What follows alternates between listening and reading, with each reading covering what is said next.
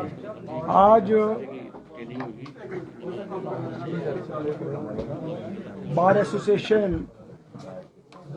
की यहाँ मीटिंग हुई, जिस मीटिंग में बहुत से इम्पॉर्टेंट इश्यूज जो हमारी फ्रेटर्निटी को इफेक्ट करते हैं उस पे चर्चा की गई। आप देख रहे होंगे पिछले कुछ दिनों से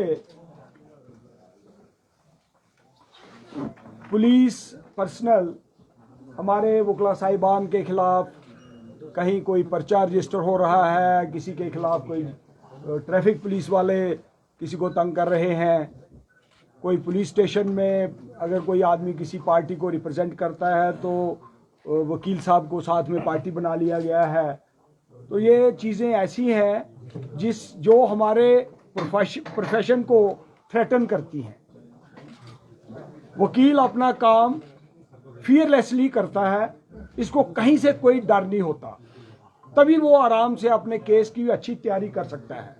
जब तैयारी करके वकील साहब अपने घर से निकलते हैं, काला कोट पहना होता है, बैंड लगाया होता है, टाई लगाई होती है कि वो कोर्ट की तरफ जा रहे हैं, जा करके उन्होंने केस करना है।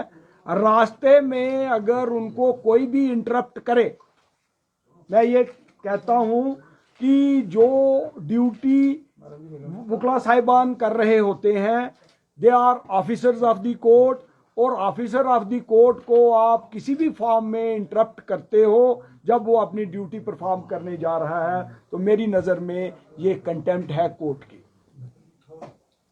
और ये वाले इश्यूज यहाँ पे हमारे वकला साहिबान के साथ नाजायज होगा। जब वो काम करने कोर्ट में आ रहे हैं तो हम उनके खिलाफ कंटेम्प्ट प्रोसीडिंग्स इनिशिएट करेंगे और कोर्ट के नोटिस में ये सारे इश्यूज जो हैं उनको लाएंगे। दूसरी बात, जो बहुत सारे इश्यूज हमारे नोटिस में आ रहे हैं कि एक वकील साहब एक पार्टी को रिप्रेजेंट करते हैं, मुकदमा अदालत में चल रहा है तो पार्टी के वो वकील हैं, दूसरी पार्टी उन वकील साहब की मेहनत और उनकी एफर्ट्स को रोकने के लिए उनको किसी ना किसी क्रिमिनल केस में इन्वॉल्व करने के लिए कंप्लेंट कर देती है। ये इश्यूज जब हमारे नोटिस में आए तो हम ये समझते हैं कि इस टाइप की इश्यूज को पुलिस ने इमीडिएटली बंद कर देना चाहिए और ऐसी कोई कंप्लेंट किसी वकील साहब के खिलाफ एंटरटेन नहीं करनी चाहिए। जो केसेस हमारे नोटिस में आए हैं, हमने additional director general police mister Mukesh Singh ji के साथ ये बात की और उनको रिक्वेस्ट की कि ये सारे केसेस जो हैं इनकी आप इन्वेस्टिगेशन करवाइए, तफ्तीश करवाइए प्रॉपरली कि ऐसे केसेस वकला साहिबान के खिलाफ क्यों रजिस्टर किए जा रहे हैं। तो उन्होंने ये एक सुझाव दिया, उनका सुझाव हमें अच्छा लगा। उन्होंने कहा कि हम बार के कुछ मेंबर्स को बुलाएंगे जिसमें ये पुलिस वाले जो इनके ऑफिसर्स हैं उनकी ये काउंसलिंग करेंगे। ये बात उन्होंने हमारे साथ डिस्कस की है और हम एफर्ट करेंगे कि जल्दी ही ये पुलिस और वकला साहिबान की एक अच्छी मीटिंग हो। और हम इनको अगर नहीं समझ आ रही है, इनको हमारे देश को आज़ाद हुए 70 ईयर्स से ऊपर हो गए हैं, आज तो जो हमारी बहनें हैं पब्लिक के केसेस जो हैं उनको कोर्टों में प्लीड करते हैं। तो ये इंटरेक्शन हम एफर्ट करेंगे कि इनके साथ हमारा एक अच्छा इंटरेक्शन हो। अगर उसके बावजूद भी ये लोग नहीं सुधरेंगे तो फिर हमें कोई एजिटेशनल पाथ जो है वो अडॉप्ट करना पड़ेगा हमेशा, क्योंकि हम समाज में हमें समझा जाता है पढ़े लिखे लोगों की एक जमात है।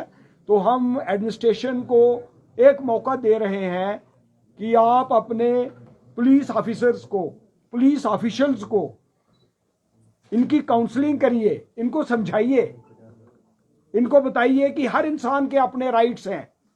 अगर उनके राइट्स को पे आप हाथ डालोगे तो फिर रिएक्शन होगा, फिर हम अदालतों में भी जाएंगे, हम कंप्लेंट्स भी करेंगे, हम एजिटेशनल पाथ भी अडॉप्ट करेंगे। तो एक तो हमारा मेन मकसद आज की मीटिंग का ये था और आपको भी हमने इसलिए तकलीफ दी। दूसरी बात मैं आपसे ये करना चाहता हूं कि जब हमारी इलेक्शन हुई और ये टीम इलेक्ट हुई तो हमने पहली डिमांड एलजी साहब के सामने, स्टेट की एडमिनिस्ट्रेशन के सामने रखी है कि हमारे इस कोर्ट प्रीमिसेस में एक मल्टी स्टोरी कॉम्प्लेक्स बनाइए। उसकी ज़रूरत ये है कि हमारा रजिस्ट्रेशन वर्क इस कोर्ट प्रीमिसेस में ही होना चाहिए। जितने सब रजिस्ट्रार्स हैं वो रेवेन्यू के हैं, वो सारे के सारे कोर्ट प्रीमिसेस में बैठे। यहाँ पे हम फिर हमारे सामने बंगलिंग नहीं हो सकती, हमारे सामने किसी किस्म की करप्ट प्रैक्टिस जो है उसमें ये लोग इन्वॉल्व नहीं हो सकते। रजिस्ट्रेशन वर्क यहाँ हो, सेंट्रल एडमिनिस्ट्रेटिव ट्रिब्यूनल के जो हमारे मेंबर्स हैं वो भी कोर्ट प्रीमिसेस में बैठे। डेट रिकवरी ट्रिब्यूनल रिसेंटली बना है, डेट रिकवरी ट्रिब्यूनल के जो मेंबर्स अगर अपॉइंट होके हमारे ये स्टेट का जो यूटी का बेंच होगा, बेंच में आए तो वो भी यहाँ पर बैठे। हमारा ह्यूमन राइट्स कमीशन, हमारे कंज्यूमर फोरम्स, कंज्यूमर कमीशन, हमारी हर एक फोरम जो है, हर एक इंडस्ट्रियल ट्रिब्यूनल, लेबर ट्रिब्यूनल, जितने भी हमारी लीगल जो कॉज़ाई लीगल जो बॉडीज़ हैं, जुडिशल बॉडीज़ हैं, वो सारी की सारी बॉडीज़ जो हैं यहाँ पर अवेलेबल होनी चाहिए ताकि पब्लिक को भी और वकला साहिबान को भी आराम रहे। और एक ही कॉम्प्लेक्स में आप एंटर करो, आपको हर एक अदालत जो है एक कॉम्प्लेक्स में नज़र आ जाए। अरेका फॉरेस्ट की बात आपने पिछले दिनों सुनी होगी कि हम जो सुन रहे थे कि हमने भी ये बात सुनी कि शायद वहाँ पे कोर्ट्स जो हैं वो शिफ्ट की जाएं।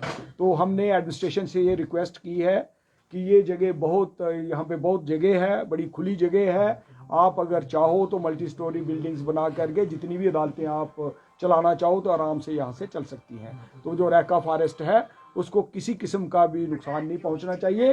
रादर वो वाला फॉरेस्ट जो है उसमें अच्छी प्लांटेशन हो और बढ़िया फॉरेस्ट जो है वो ग्रो होना चाहिए।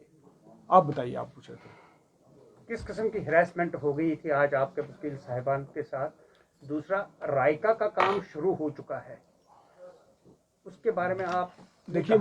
हमारे नोटिस में अभी नहीं है, हमारे नोटिस में नहीं है। हमने ये सुना था कि प्लान कोई बना हुआ था, लेकिन हमने भी रिक्वेस्ट की है, हमने एलजी साहब को भी रिक्वेस्ट की है, हमने अपने चीफ जस्टिस साहब को भी रिक्वेस्ट की है कि कोर्ट जो है वो इसी प्रीमिसेस में रहनी चाहिए।